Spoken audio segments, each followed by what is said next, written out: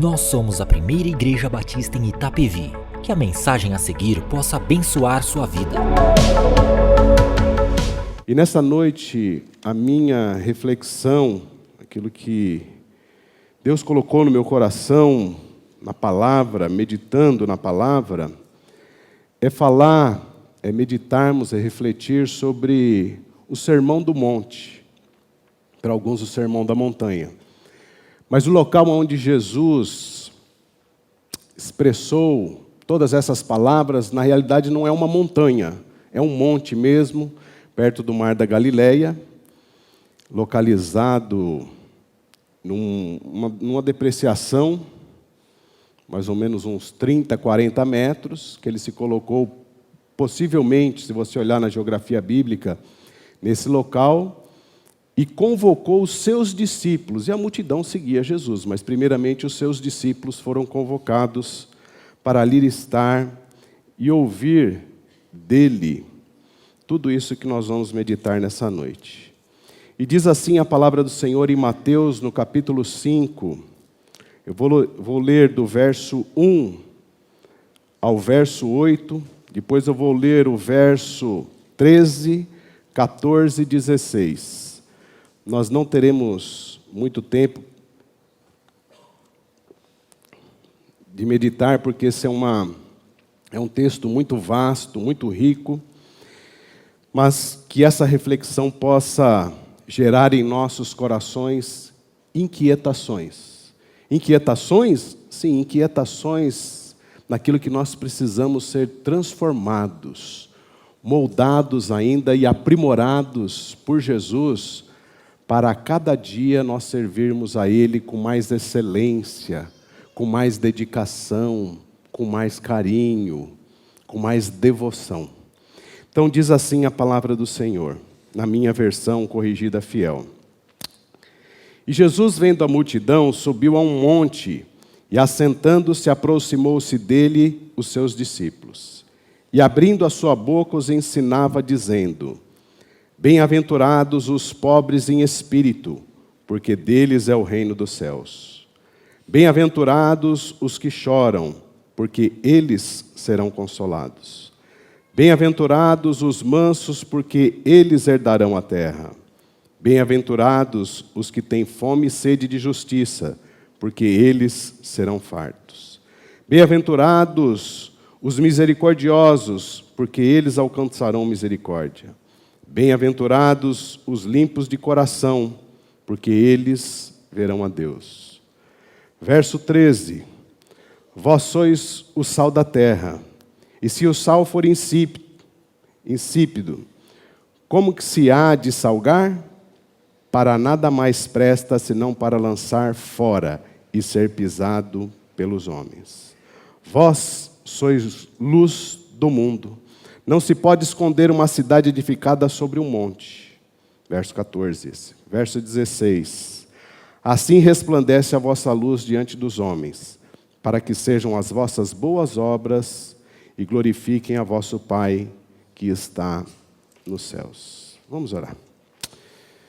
Senhor, nós queremos te agradecer primeiramente pela tua graça, agradecer pela tua palavra que nos é concedida para nos instruir, para nos ensinar qual é a sua vontade para as nossas vidas, qual é a direção que devemos seguir. Por isso que nessa noite nós possamos ouvir a tua voz por meio do Espírito Santo de Deus, a tocar em nossos corações e a direcionar as nossas vidas como seus discípulos, como seus servos, como a igreja redimida que um dia estará com o Senhor eternamente morando nos céus. Por isso nós te agradecemos por esta oportunidade que o Senhor nos concede nessa noite, em nome de Jesus. Amém. É um texto muito conhecido por todos. E é um texto que o cristão, no mínimo, ele deve ler as bem-aventuranças pelo menos 2 vezes ao ano. É uma sugestão minha, mas não ler de forma responsiva, como alguns gostam de ler a Bíblia de forma bem sequenciada, mas de forma mais minuciosa, criteriosa, refletindo, buscando as intersecções, os encontros com outros versículos e com outras partes que a Bíblia se coaduna com esse texto, que ela encaixa com esse texto, com aquilo que Jesus nos ensina para caminharmos nessa vida. Essa vida ao qual nós fomos vocacionados, nós fomos chamados por Jesus a segui-lo e a responder a este chamado com o nosso caráter transformado e moldado pelas Escrituras por meio do Espírito Santo de Deus. Então, as bem-aventuranças indicam qualidades dos cidadãos dos céus. Em Romanos, nós vamos encontrar as 4 virtudes cardeais, que são a sabedoria, a justiça, a temperança e a coragem. Mas nas bem-aventuranças, nós vamos ver de forma mais profunda como se deve caminhar como discípulo de Jesus. O que mais nos preocupa, todos nós que somos cristãos e que aqui estamos, se você olhar de modo geral, para a mídia, se você olhar de modo geral, como se fala de forma bem aberta e bem assim, sem responsabilidade, eu posso assim dizer, eu sou cristão, eu sou evangélico, de qualquer jeito, como se fosse um discípulo de qualquer cantor, uma tiete de um ator ou de uma atriz, sem nenhum temor, sem nenhuma responsabilidade. Isso nós chamamos de um cristianismo de superficialidade, de uma igreja moderna, onde está sendo construída sobre uma vida cristã muito superficial. O que é essa superficialidade na vida cristã?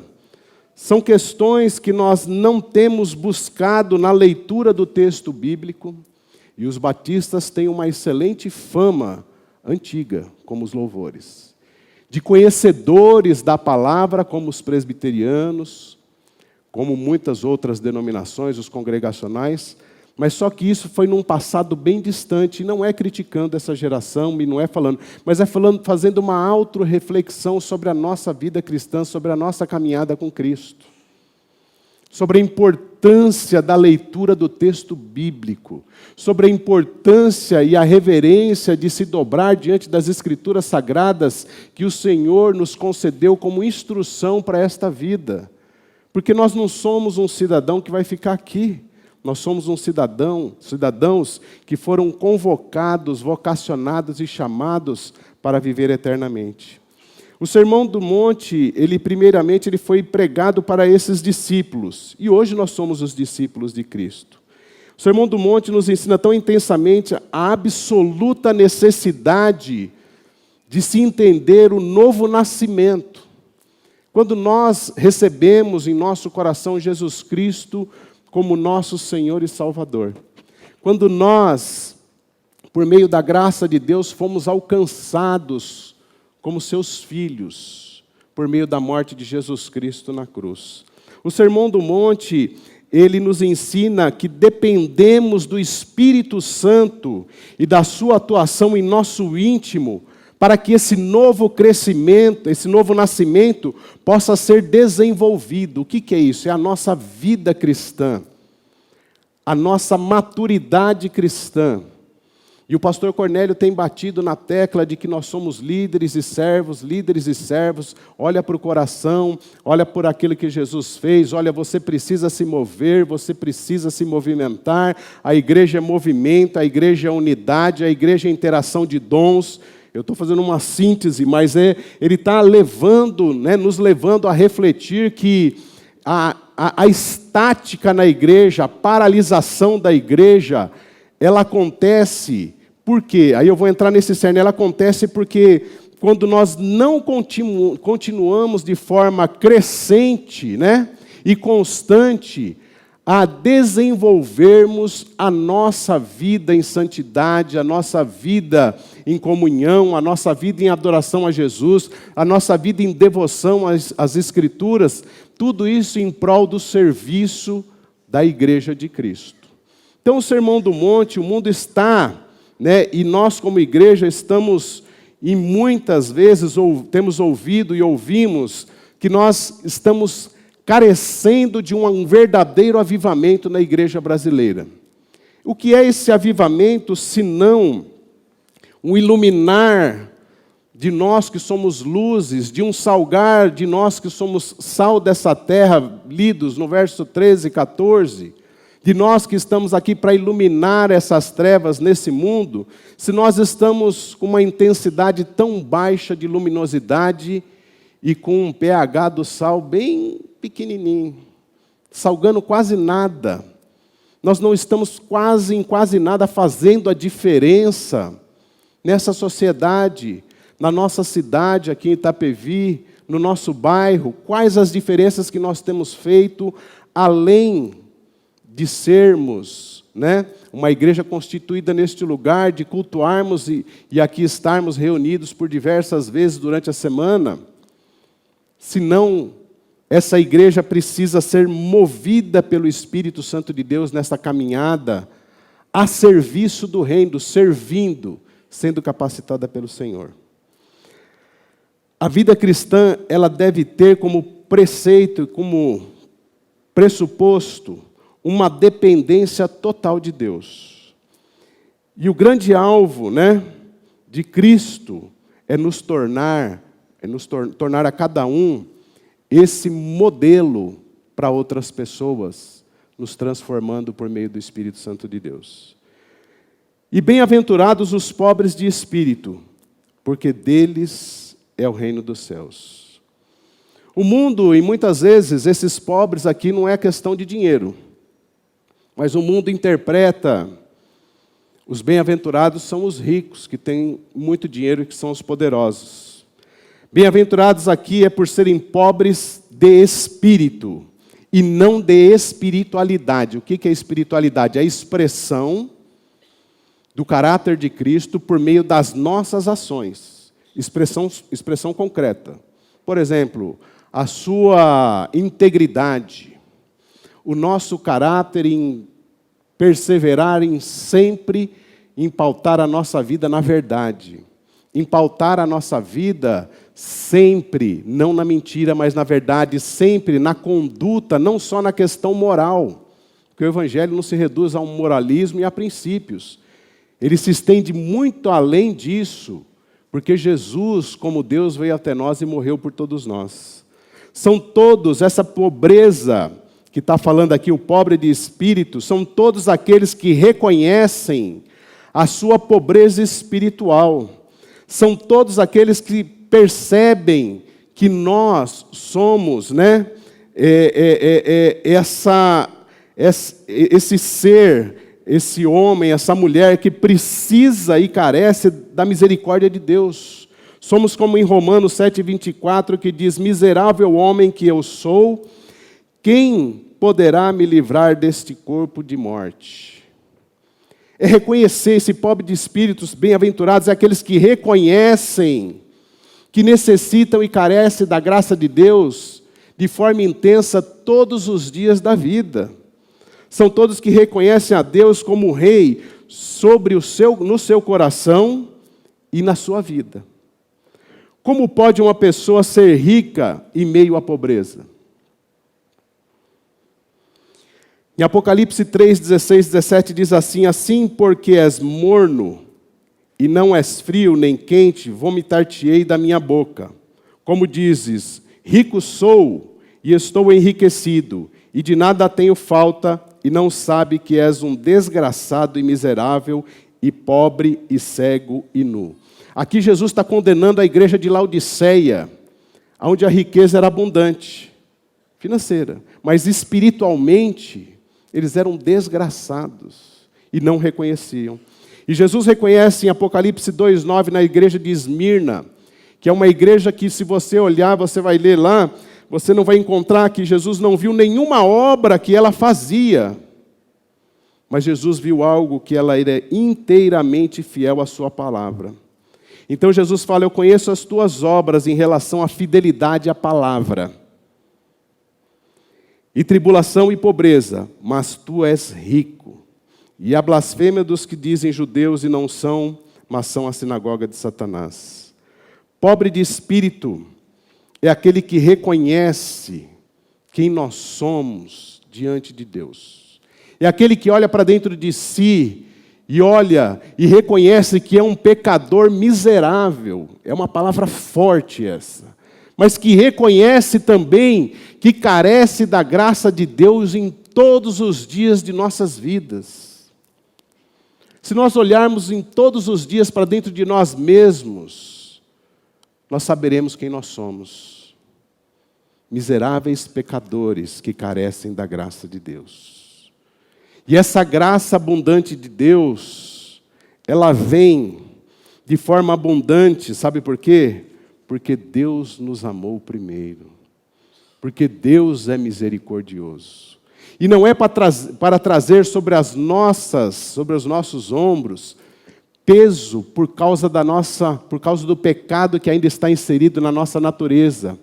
Mas é para que nós possamos reconhecer que necessariamente nós somos pecadores e que carecemos de Deus em todos os dias. No verso seguinte diz: bem-aventurados os que choram, porque eles serão consolados. Os pobres em espírito são também os que choram. Choram o quê? Alguns podem pensar, aqui está falando que as pessoas choram por muitas razões. Pela enfermidade, por estar enfermos.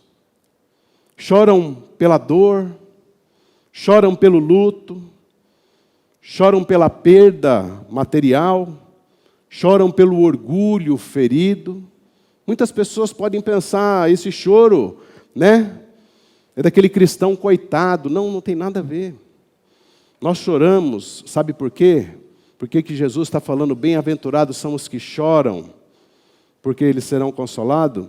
Nós choramos porque quando nós reconhecemos o nosso estado de espírito como um estado de pecado, de um estado de pecador, de um estado miserável, nós vamos chorar os nossos pecados, nós vamos nos derramar diante do Senhor e nós vamos pedir perdão em todos os dias de nossas vidas.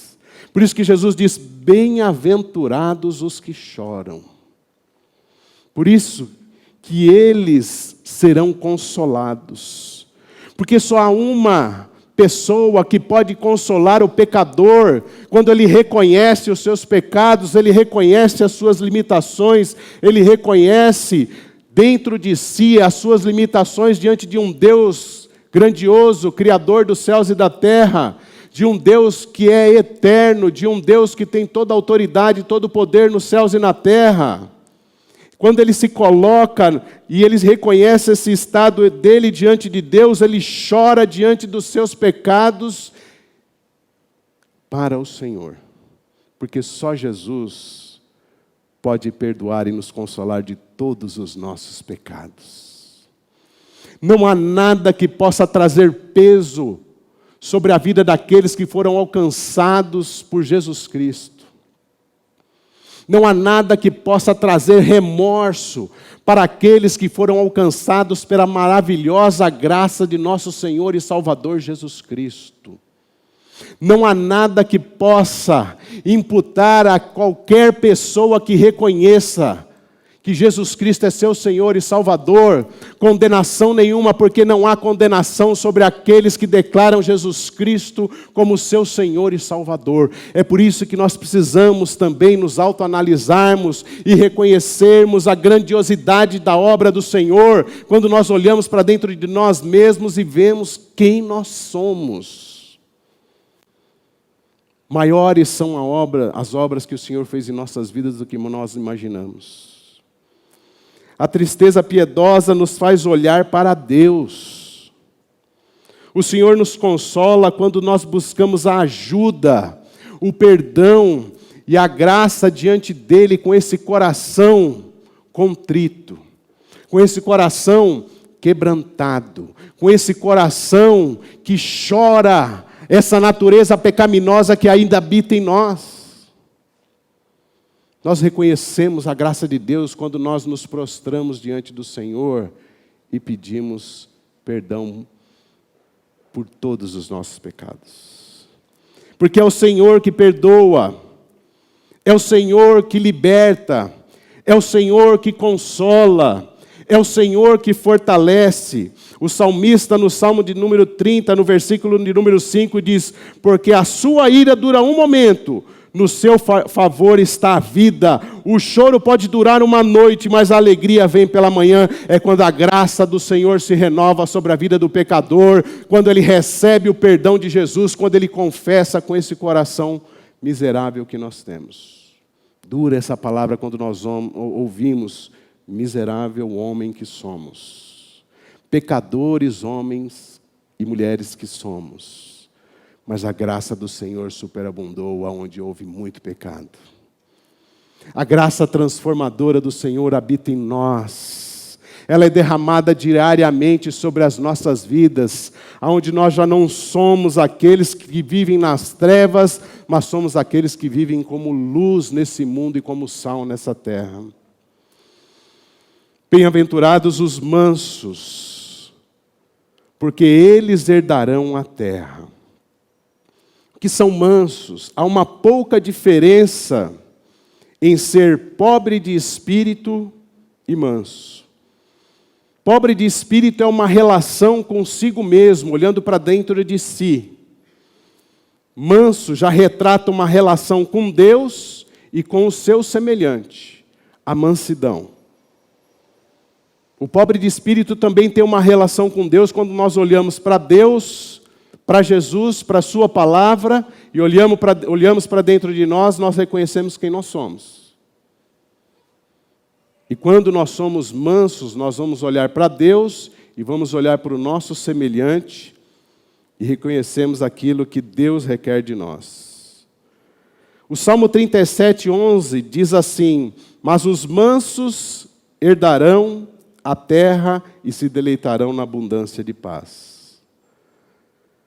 Porque aqueles que ele abençoa herdarão a terra, e aqueles que forem por ele amaldiçoados serão desraigados. 37:22. Os justos herdarão a terra. Quem herdará a terra? São os justos, são os mansos. No verso de número 34 diz: espera no Senhor e guarda o seu caminho, e te exaltará para herdares a terra. Tu os verás quando os ímpios forem desarraigados. Manso é uma pessoa que não se ressente. Manso é uma pessoa que não guarda rancor.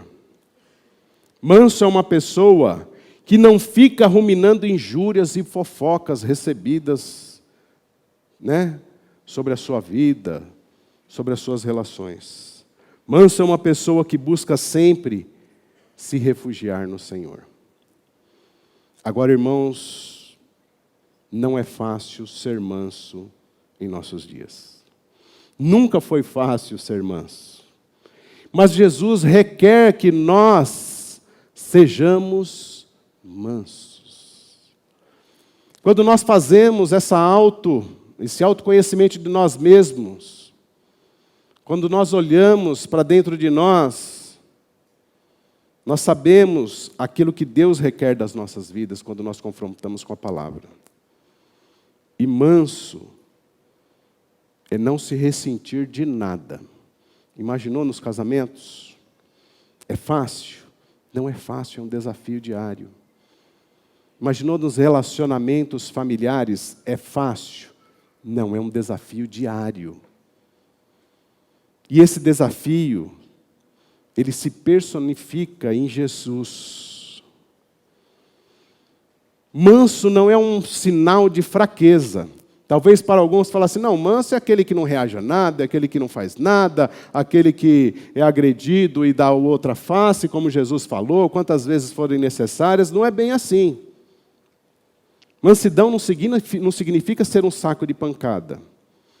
Mansidão é ser submisso a qualquer provação. É ser submisso a Jesus a qualquer situação. Mesmo que para isso você precise sofrer algum dano na sua vida, você precisa exercer e exercitar a mansidão.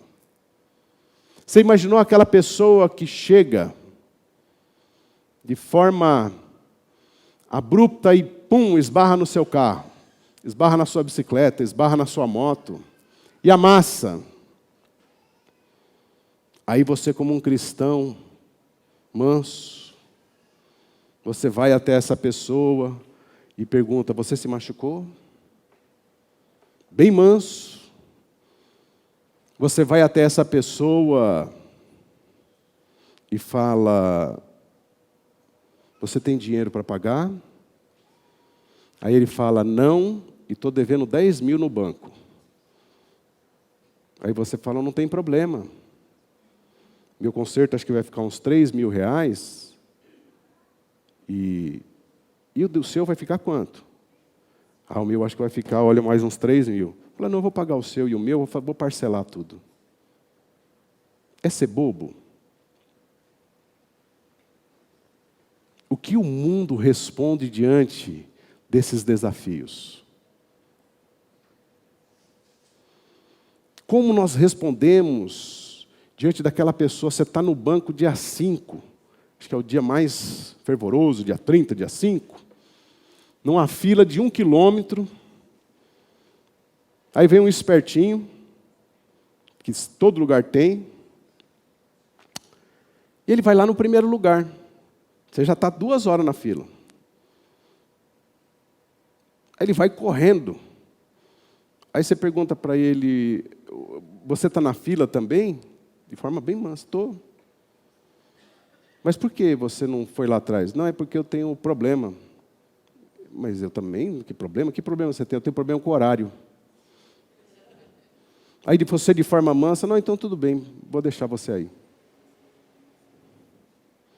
Obviamente eu estou levando a um extremo para mostrar para nós a importância da mansidão na vida do cristão. Você lembra lá em casa, quando a esposa fala assim: você não pegou a roupa que caiu ali? Aí você, de forma bem mansa, fala: não, eu vou pegar essa e vou pegar das crianças também. Mansidão. Não é verdade? Você chega para o filhão, para os jovens, fala assim: filho, olha o carro como está. Não, papai, eu já vou lavar tudinho. É para aspirar também. No pneu precisa limpar, depois você vai abastecer. Tá? Depois você vai levar a mamãe no mercado, depois você vai levar o papai lá para cortar o cabelo, depois você vai buscar o seu irmão lá, depois você vai pegar a vovó, depois você passa no mercado para comprar as coisas para tarde, e o filho fala assim: nossa, papai, mas não tem mais nada. Irmãos, Deus requer isso de nossas vidas.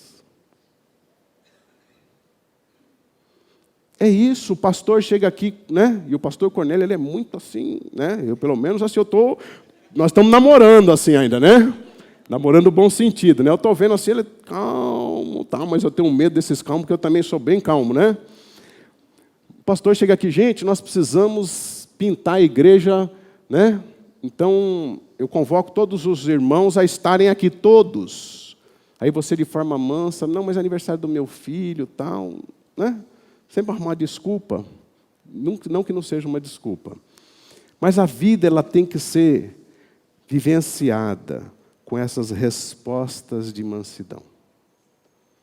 Não tem como ser cristão se não for manso. Irmão, agora pensa numa pedra de chumbo para ser quebrada. É o coração do cristão. Para levar até a mansidão. E a mansidão não é assim. Porque tem crente que falou assim: agora eu já sou novo nascido em Cristo Jesus, eu sou manso. Pisou no calcanhar dele e já deu um coice. Eu sou manso, irmão, é para você entender que não pode pisar, entendeu? Não é assim. Isso vem com o tempo, com a caminhada, com os sofrimentos que a vida impõe, com as dificuldades, com os desafios. Não adianta cobrar de um jovem a mansidão. Às vezes ele pode até alcançar. Mas não adianta cobrar de um jovem essa mansidão, que ele fala assim: pois não, papai, pois não, mamãe, hoje é outro. Mas ele tem que entender que esse tem que ser um alvo para a vida dele. Não adianta chegar para uma esposa ou para o esposo e dizer assim: não, já faz 40 anos, 50 anos eu estou esperando a sua mansidão, mas você vai chegar lá. Tem que ter paciência, mas não é tanta paciência. De vez em quando tem que lembrar ele de: bem-aventurados são os mansos. Eles que herdarão os céus, a terra prometida. A palavra não é para ser apontada para o outro, a palavra é para ser vivida em nossas vidas. Você pensa que ser pastor é fácil? Não é fácil, porque a esposa fala, você não é pastor? A gente ainda, além de ser cristão, é pastor. Poxa, mas hoje eu vou ter que fazer isso? Minha esposa falou, deixou um caderno desse tamanho lá em casa. E eu lendo esse texto. Aí o meu sangue subiu até a cabeça aqui. Falei, eu sou cristão, eu acabei de ler, eu sou manso. Eu preciso, Jesus, do teu Espírito para me moldar cada dia mais. E aí aliviou e eu fui fazer o que tinha que fazer. Deus precisa nos moldar. Nós precisamos reconhecer as nossas fraquezas. No primeiro verso, né? Aqueles que são o quê? São o quê? Pobres de espírito, eles olham para dentro de si e reconhecem quem são. Quem nós somos. Se nós não reconhecemos quem nós somos, irmãos, como que nós vamos cobrar do outro aquilo que nós não somos? Como nós vamos ser sal e luz nessa terra aquilo que nós não somos? Aquilo que nós não vivemos? Aquilo que nós não testemunhamos? E eu não estou cobrando aqui, irmão, pelo amor de Deus, entenda a graça de Deus na sua vida todo dia, mas nós precisamos refletir a nossa vida cristã, a nossa caminhada com Cristo, o serviço a Deus, o ministério que todos têm, os dons que todos têm, precisam interagir como unidade, como corpo de Cristo, sabe por quê? Para que o nome do Senhor seja exaltado nesse lugar, com fervor, com amor, com transformação, com vidas sendo alcançadas por Jesus, com pessoas se rendendo. Agora, estas pessoas precisam ver isso em nossas vidas. Então, bem-aventurados os mansos. Então, a mansidão é aquela disposição de sofrer ao invés de causar dano. Quantas vezes nós não perdemos a oportunidade, por falta de mansidão, de não responder algumas questões de prontidão? Principalmente casais, principalmente família, que todos nós somos, né? Família e tem casais em casa. Os filhos, precisam ensinar. O meu filho eu já ensino desde agora, o Davi. Às vezes eu falo, filho, não faça isso. Ele, pum, eu falo assim, ó, vamos esperar um pouquinho? Conta até 3. 1, 2, 3, pronto. Você está bravo ainda? Não, então vamos conversar com o papai. Ele não vai ser manso, Deus vai ainda trabalhar muito na vida dele, mas ele precisa entender que tem que ter um limite. E essa mansidão, Deus vai trabalhando dentro de nós, o Espírito Santo de Deus vai trabalhando quando nós vamos ruminando a palavra, quando nós vamos reconhecendo as nossas limitações, quando nós vamos enxergando a grandiosidade de Deus. Se nós não entendermos o quanto Deus nos amou, nós seremos incapazes de sermos essas pessoas que são mansas, como a palavra nos ensina. Nós vamos chegar lá. Fica tranquilo que nós vamos chegar lá. Não vai chegar em casa cobrando. Está vendo? Tem que ser manso. O pastor falou. Não é isso que eu estou falando. Dá tempo. Ore por isso. Busque a direção de Deus para isso. E bem-aventurados os que têm sede de justiça. O homem é incapaz de merecer esse direito diante de Deus, porque eles serão, fartos. Aqui está dizendo que nós fomos justificados por Cristo. Cristo cumpriu todas as obrigações. Nossa fome e sede de justiça advém pelo Espírito Santo de Deus, que reconhece em Cristo, não em nós, o cumprir de toda a lei. Ele cumpriu toda a lei. Ele pagou por nós toda a nossa dívida. Aí nós, portadores, morada do Espírito Santo de Deus, nós temos fome e sede dessa justiça por causa do Espírito Santo de Deus que habita em nós e por causa da palavra de Deus que nos instrui. Não é porque nós somos merecedores ou que nós somos invocadores de justiça, porque a justiça está em Cristo. É uma justiça que nos foi imputada por meio de Jesus Cristo para as nossas vidas. Por isso que é importantíssimo essa vida próxima a Jesus. Essa vida próxima à leitura da palavra de Deus. A vida de oração.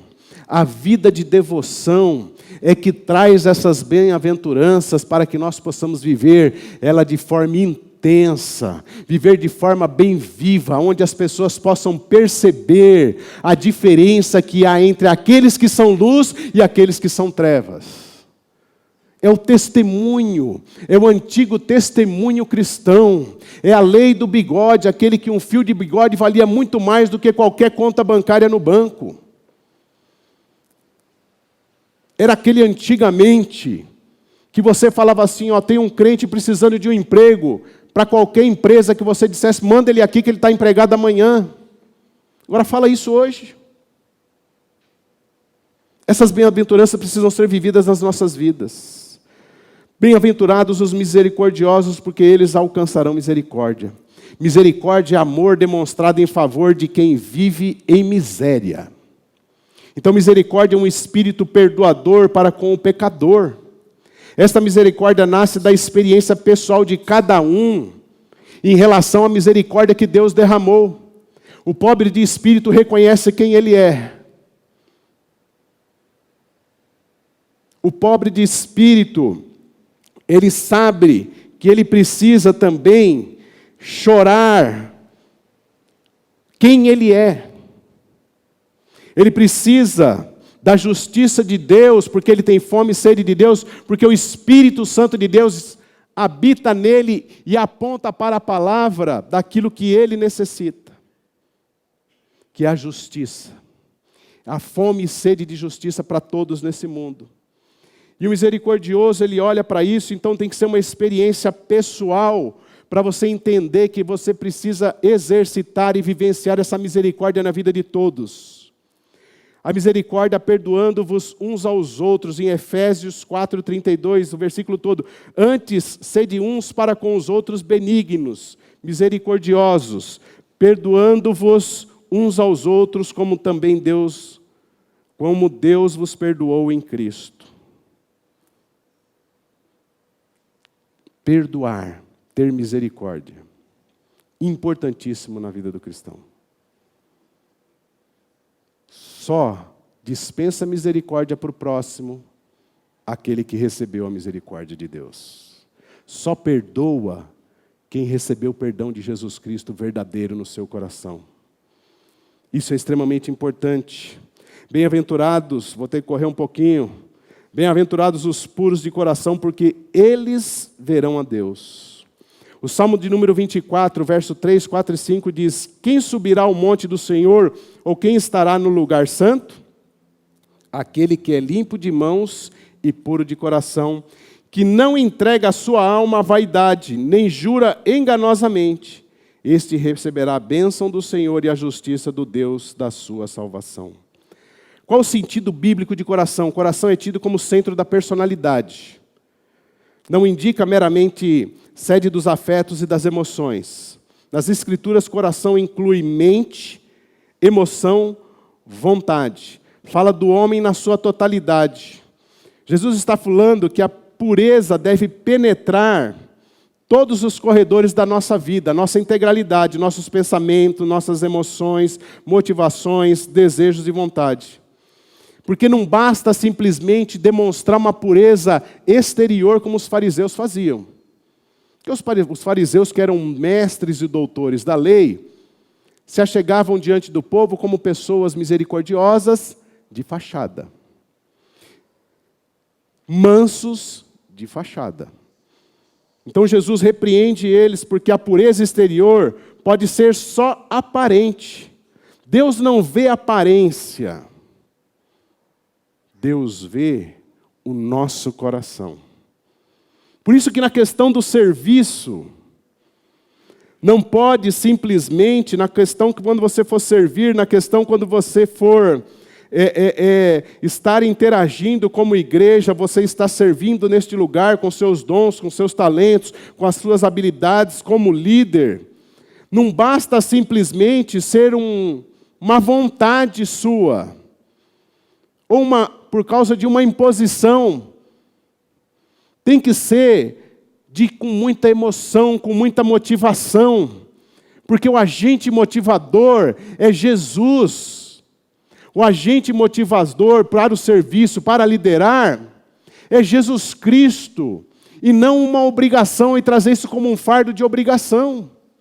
Então, o coração puro, verdadeiramente, de um cristão, ele não age só numa esfera, ele age na esfera do pensamento. Ele vai estar pensando em todos os momentos, como ele vai poder tocar, cantar com mais excelência, como ele vai poder adorar e levar a igreja à adoração com mais excelência, com seus dons e talentos. Como ele pode socorrer os pobres, os necessitados, que a igreja faz isso, ela vai socorrer os pobres e os necessitados com todo o seu ser, de forma integral, com os seus pensamentos, com as suas emoções, com as suas motivações, com os seus desejos e vontade. Não pode ser uma coisa por obrigação. O cristão não serve por obrigação, o cristão serve com pureza de coração. Ele se emociona quando ele vai levar uma cesta básica, nem que ele não chore, mas o coração dele fica quebrantado, porque ele está levando aquele necessitado aquilo que ele precisa, e em nome de Jesus, ele é um embaixador de Cristo naquele momento. Ele está estendendo a mão para aquele morador de rua, para aquele que precisa ser alcançado e ter a sua vida transformada, a imagem de Deus restaurada na sua vida, estendendo a mão com emoção, com motivação. Nos pensamentos, Jesus, esse cara precisa ser transformado de todo ser, não é simplesmente por uma obrigação. O pastor falou que eu tenho que socorrer, ser misericordioso, eu tenho que perdoar. Então você vai lá e dá a mão, desencarga de consciência e depois vai lá no álcool. Lavar a mão com álcool, meu Deus do céu, morador de rua, pelo amor de Deus. É obrigação, não é obrigação, tem que isso ser gerado dentro de um coração puro e verdadeiro no serviço.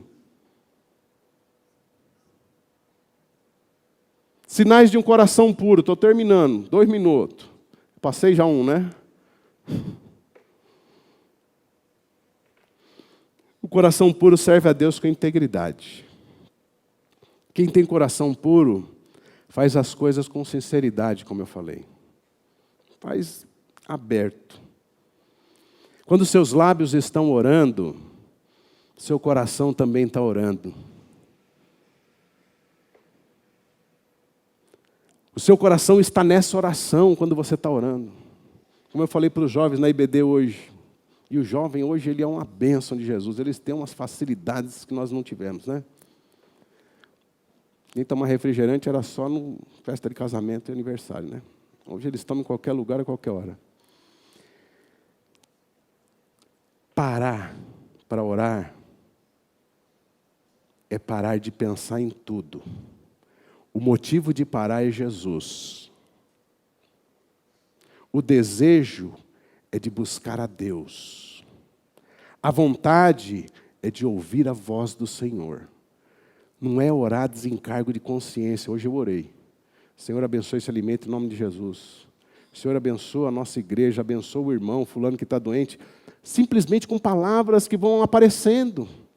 Mas é se comover de todo o coração, do seu ser todo, é a empatia, é o olhar que Jesus tinha para a multidão, era um olhar de misericórdia, era um olhar de piedade. Jesus, quando olhava para aquela multidão, eles carecem da salvação, é isso, esse que tem que ser o verdadeiro coração do cristão.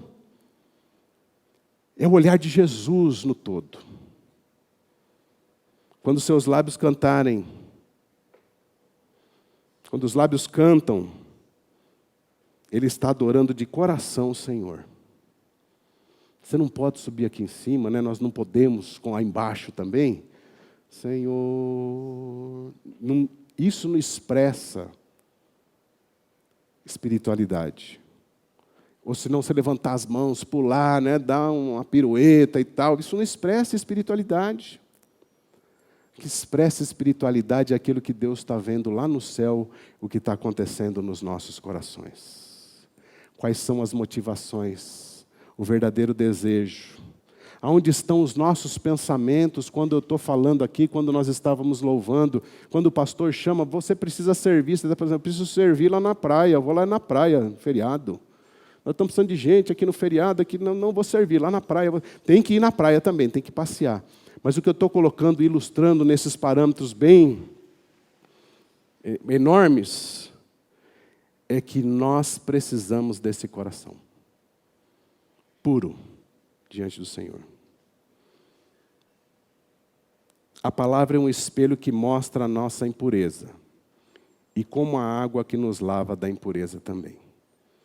Por isso eu quero te convidar nesse momento para reverenciar esse Jesus, para que nós possamos alcançar essa altura e estatura de bem-aventurados sois vós, meus filhos pequeninos, salvos pelo meu Filho amado que morreu na cruz por todos nós.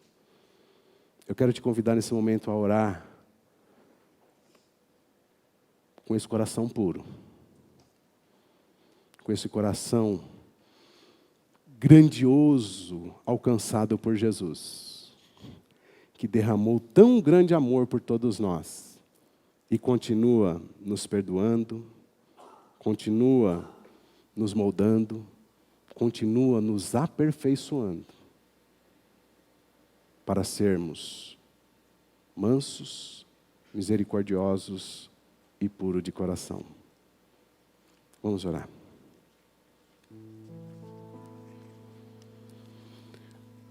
Senhor, em nome de Jesus, nós reconhecemos as nossas limitações. Nós reconhecemos as nossas falhas. E o Senhor conhece todas elas, e além daquelas que nós conhecemos, aquelas que nós somos capazes de fazer e que são contrárias à sua palavra. Por isso, Senhor, em nome de Jesus, nos ajude. Nos ajude nessa caminhada cristã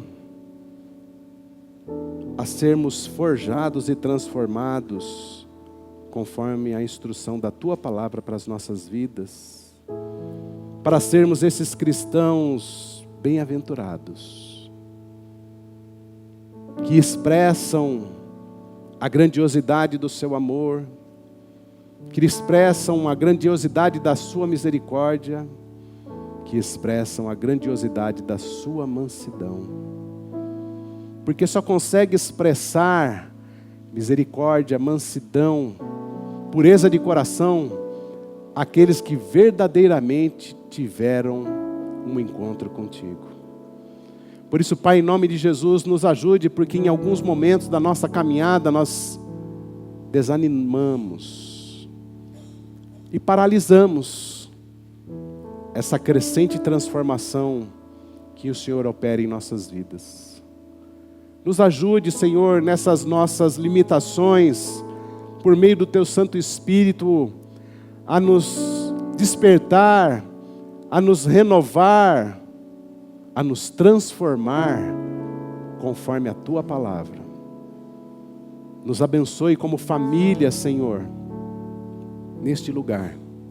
Nos abençoe como igreja nesta cidade de Itapevi, para que nós possamos ser luz em meio às trevas, para que nós possamos ser sal, que faz a diferença neste lugar, nesta cidade. Abençoe a Tua igreja, abençoe a cada pessoa que está aqui, Senhor, e derrame da Tua graça de forma abundante e constante sobre as nossas vidas,